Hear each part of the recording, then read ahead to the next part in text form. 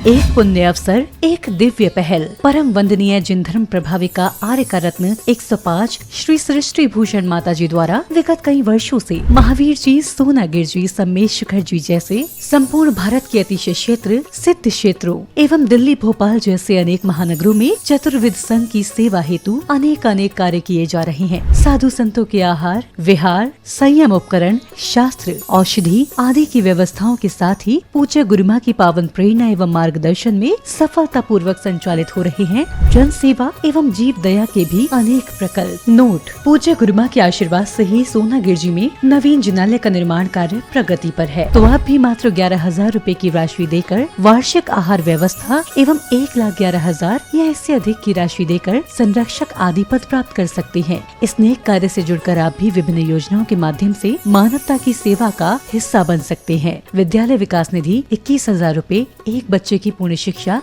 वार्षिक 11,000 रूपए, विद्यार्थी यूनिफॉर्म एवं पुस्तक दान 5100 रूपए, गौ सेवा एवं संरक्षण योजना 11,000 रूपए और साथ ही चतुर्विध संघ की आहार व्यवस्था, औषधालय, स्वावलंबी योजना, छात्रवृत्ति एवं अन्य योजनाओं में हस्त मुक्त राशि देकर 7 पुण्य प्राप्त कर सकते हैं। आप अपनी सहयोग राशि निम्न बैंक खाते में जमा करा सकते हैं। बैंक पंजाब नेशनल बैंक, खाता संख्या 0212 000 1011 77277, IFSC code PUNB 002120, UPI ID 826962 7577 @PNB एवं जमा की गई राशि नीचे दिए गए नंबरों पर अवश्य सूचित करें। संपर्क सूत्र 9376591001, 9376571003, 7880099109।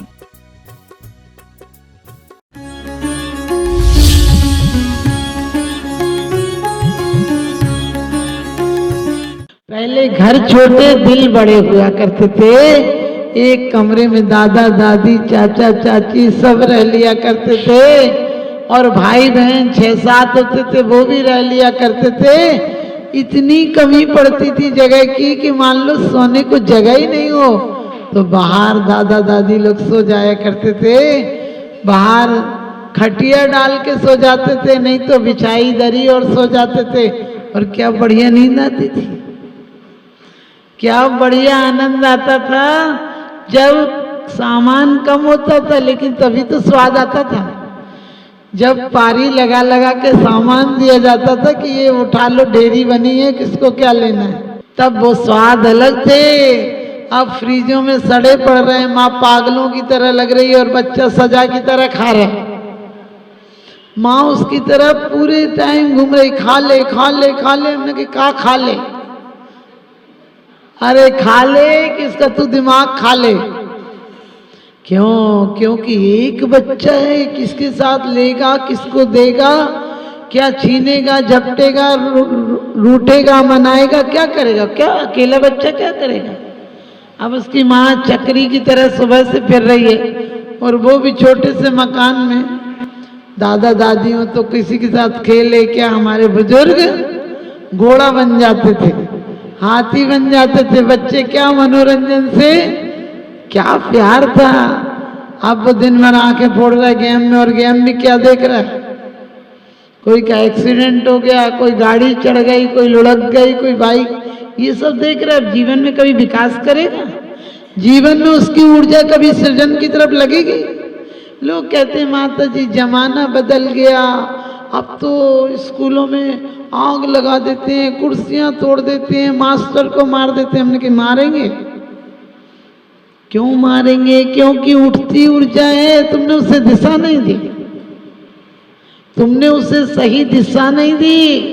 पहले लड़के लकड़ियां तोड़ लेते थे, पत्थर तोड़ लेते थे, बागबानी कर लेते थे, मकान बना लेते थे, अपने हाथ से गारा दी। आज भी गांव में जाकर देखो, अपने हाथ से ईंटें तोड़ लेते हैं, ईंटें पका लेते हैं और मकान बना लेते हैं।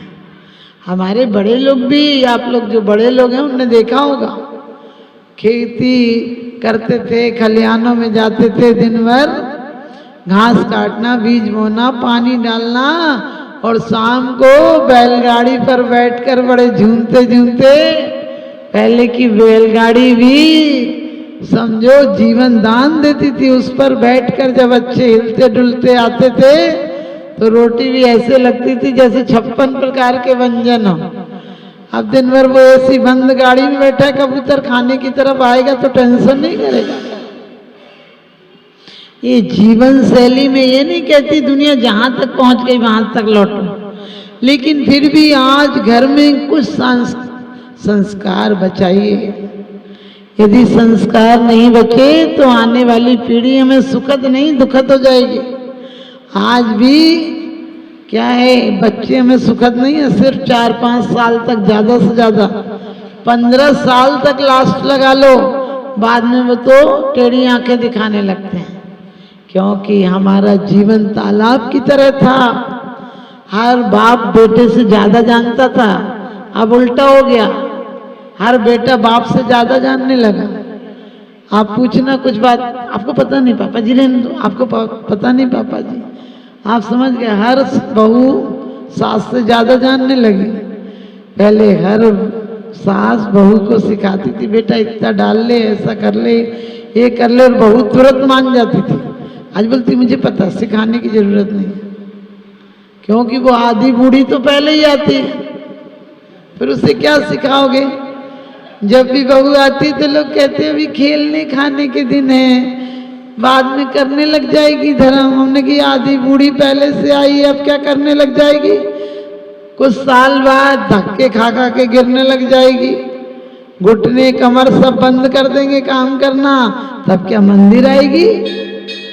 जब भिंडी हरी मिर्च नजर आएगी, जब संतरा नींबू नजर आएगा, तब क्या परमात्मा नजर आएगा।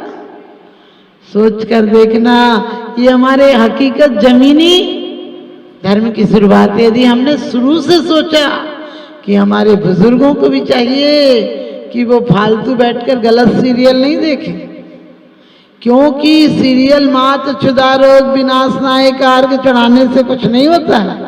ये क्षुधा नष्ट हो रही क्या। लोग कहते भगवान क्षुधा रोग बिल्कुल भाव से चढ़ा रहे।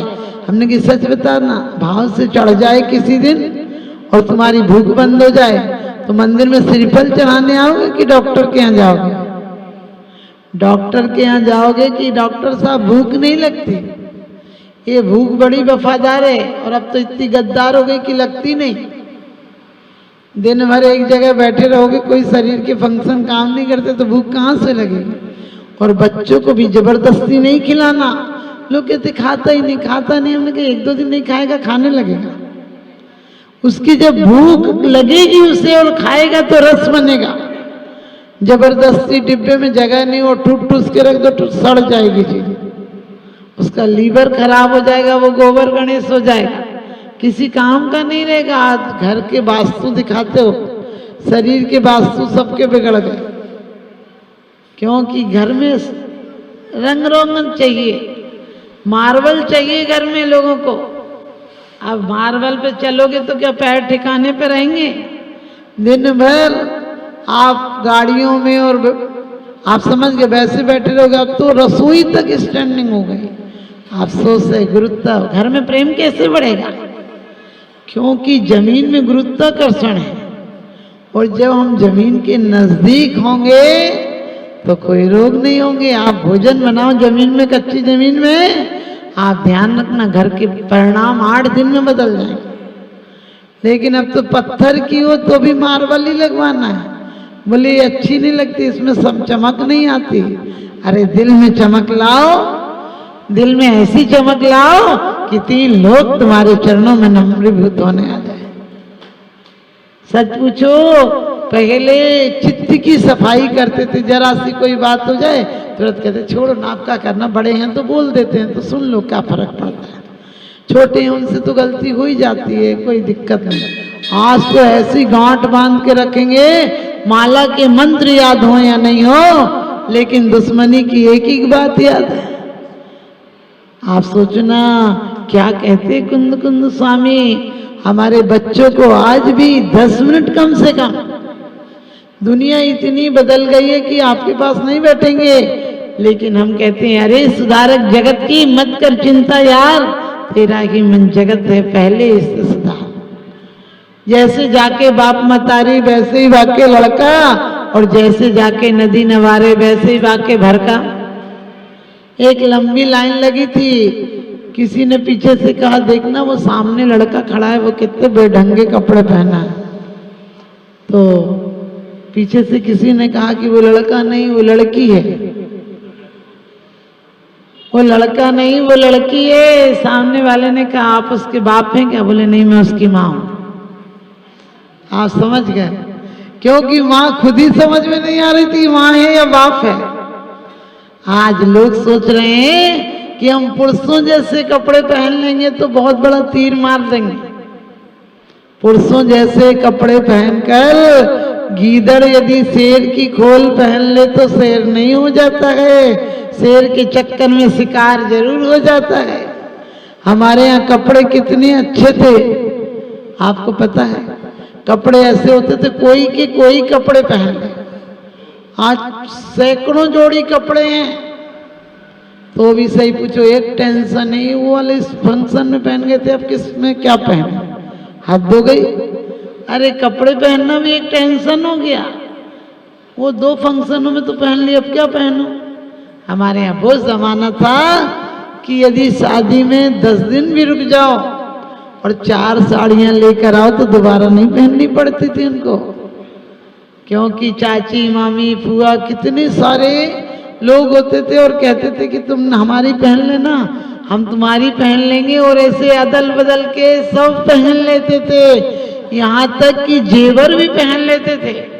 घर में लड़कियां ससुराल से यदि कम जेवर चढ़ाओ तो माँ कहती थी हमारा जेवर पहन जाओ, मंदिर जा रही हो तो।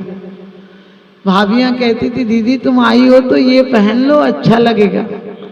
नई साड़ियां लाती थी तो पहले सास से कहती थी कि आप पहनो 2-4 दिन फिर हम पहन लेंगे। आप बताओ कितना एक जीवन हो गया। ये जीवन कहीं संगीत दे पाएगा? बीणा स्वर नहीं देती है। बीणा को बजाने वाला कलाकार हो तो स्वर अच्छे निकलते हैं। आज हमें ये जीवन मनुष्य जीवन रूपी बीणा मिली है, लेकिन हमने बीणा का क्या उपयोग किया। बीणा अनाड़ी के हाथ में पड़ जाए तो टूट भी जाती है और बेढंगे स्वर भी देती है। आज हर आदमी अनाड़ी हो गया। जीवन बीणा तो मिल गई, बजाना नहीं आता है। बजाना नहीं आ रहा है कि कैसे आनंद आएगा। जितनी जितनी भौतिकता बढ़ी है, जितनी जितनी आप समझिए मनोरंजन के साधन बने हैं। दवाई किसको चाहिए पड़ती है? रोगी को। पैसा किसको चाहिए? गरीब आदमी को। मनोरंजन किसको चाहिए? जिसके जीवन में बहुत बड़ा विषाद है। बच्चा रोता तो आप झुंझुना दे देते हो। आप सोचना आज हर आदमी रो रहा है तो कहीं क्लब में जा रहा है, कहीं पार्टी में जा रहा है, कहीं नशा कर रहा है, कहीं गाने सुन रहा है, कहीं पिक्चर देख रहा है, क्योंकि ये सब बीमार और विषाद वाला आदमी है। ये दुखी आदमी, इसीलिए तो इतने मनोरंजन की जरूरत है। पहले हम मनोरंजन देखते नहीं थे, मनोरंजन खुद पैदा करते थे। आत्मरंजन था इसलिए मनोरंजन था। आत्मभंजन था यानी आत्ममंजन था। हमसे जरा सी गलती हो जाती थी तुरंत हम हाथ जोड़कर क्षमा मांग लेते थे। कहते थे गलती हो गई, आगे से नहीं होगी। आजकल कोई से गलती हो जाए बोले सॉरी। हमने कही तुझे पहले ऐसी काहे नहीं हो रही। तुझे सॉरी बोलने के पहले मन में ऐसा और जाता, और का मतलब होता है एमपी में बोलते हैं और ये ना तुझे पहले से समझ क्यों नहीं आई। तो तुझे आ जाती तो आज सॉरी बोलने की जरूरत पड़ती। हम माँ जैसे महान व्यक्ति से भी सॉरी बोल देते। अरे क्षमा में माँ है, क्षमा बोलो। एक व्यक्ति ने आजकल अंग्रेजी सीख लिया तो आदमी सोचता है क्या पता हम क्या होगा। कहते हैं कि एक व्यक्ति ने अंग्रेजी में 3 शब्द सुन लिए, यस नो थैंक यू। तो एक जगह कहीं सफर कर रहा था, किसी व्यक्ति का सामान खो गया। उसने पूछा तुमने देखा? उसने कहा कि अरे ये तो अंग्रेज दिख रहा है, इससे अंग्रेजी में बोलो। तो बोला यस। तो बोला दे दो। बोले नो। तो उसने 2-4 थप्पड़ दिए, बोले सोचे उसने आखिरी शब्द और बोल दिए, बोले थैंक यू। आज समझ गए, हम कहीं भी कुछ बोल रहे हैं दूसरों की नकल कर रहे हैं। हमारे यहाँ खुद के कितने रिश्ते होते थे, आप सोचना, हमारे यहाँ खुद के कितने रिश्ते थे, और सबसे बड़ा रिश्ता तो परमात्मा से था। हमारे बच्चों तक को हम कहते थे कि दोनों टाइम बेटा मंदिर जाना। माना कि शहरों की रोशनी है, दूरियां हैं आपकी, लेकिन कम से कम आप यदि चाहते हो कि आपको आखिरी टाइम में आपके बच्चे मंदिर लाएं, तो अभी से परिवर्तन लाना। घर में 5 मिनट 7 मिनट चाहे एक मेरी भावना पढ़ो, सब एक जगह बैठकर पढ़ना, 9 बार नमोकार मंत्र पढ़ना, चतुर्दिक वंदना करना, और उसके बाद अपने बड़े बुजुर्गों के पैर छूना। आज भी सतयुग आ जाएगा, क्योंकि एक तो कलयुग आता नहीं सज्जन के पास, आता है तो रुकता नहीं, और रुक जाए तो सतयुग बन जाता है, रुक जाए तो सतयुग बन जाता है।